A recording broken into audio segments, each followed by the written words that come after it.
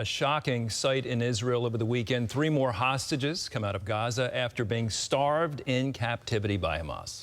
Well, some said they looked like living skeletons, while President Trump compared them to Holocaust survivors. Chris Mitchell brings us the story from Jerusalem.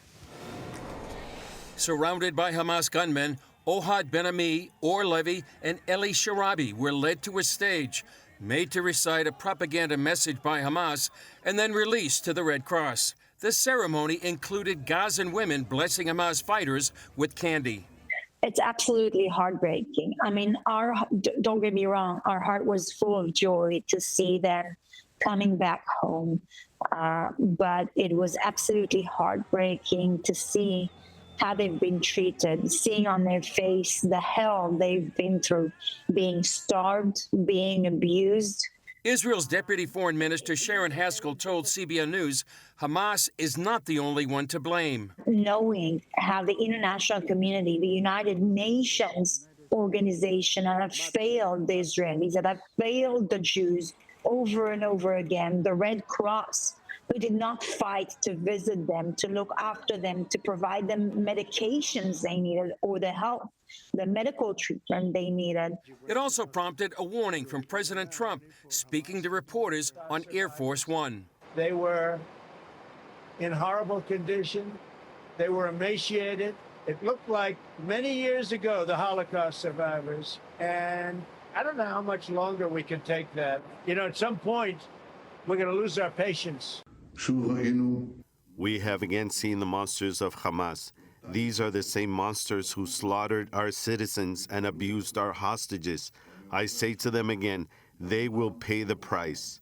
Israeli President Isaac Herzog told the BBC the men were kept in tunnels throughout their entire captivity.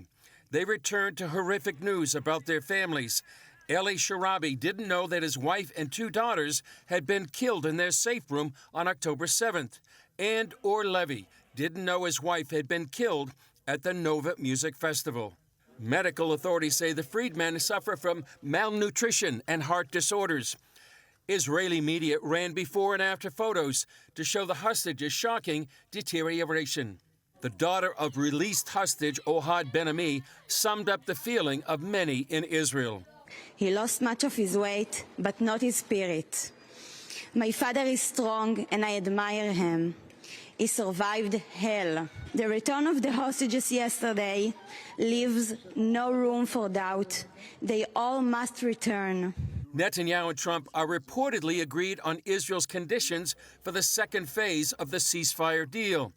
That includes Hamas leaders going into exile, their military disarming, and all of the rest of the hostages being freed. Netanyahu is making clear what he sees for the future of Gaza and the hostages.